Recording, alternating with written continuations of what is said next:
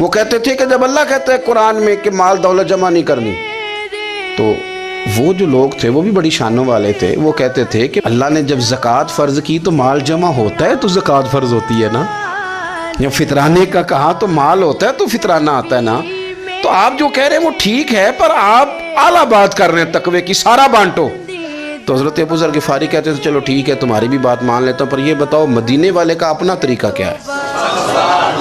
کہ بھئی حضور کا طریقہ تو وہی ہے جو آپ بتا رہے ہیں۔ تو فرمانے لگے پھر اس رستے نہ چلیں جو رستہ مدینے والے رسول کا ہے۔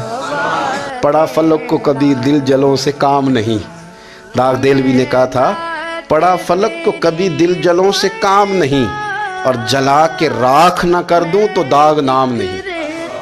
حضرت عیسیٰ علیہ السلام نے ایک دن دیکھا کہ ایک بندہ نا انگلیوں کے ساتھ اپنے بال سیدھے کر رہا ہے، تو آپ نے فرمایا یار کنگھی کے بغیر بھی کام چل سکتا ہے، کنگھی بھی خیرات کر دی۔ دیکھا ایک بندہ ہاتھ کا تکیہ بنا کے لیٹا ہے، تو فرمایا اینٹ بھی دے دو کسی کے کام آ جائے۔ ایک دن دیکھا کہ ایک بندہ نا یوں چلو میں پانی پی رہا ہے، فرمایا پیالہ بھی رہنے دو، اس کے بغیر بھی کام چل ہی جاتا ہے۔ جناب عیسیٰ کا یہ زہد تھا۔ میرے نبی پاک علیہ السلام نے فرمایا جس نے جناب عیسیٰ کا زہد دیکھنا ہو وہ میرے ابو ذر غفاری کو دیکھے۔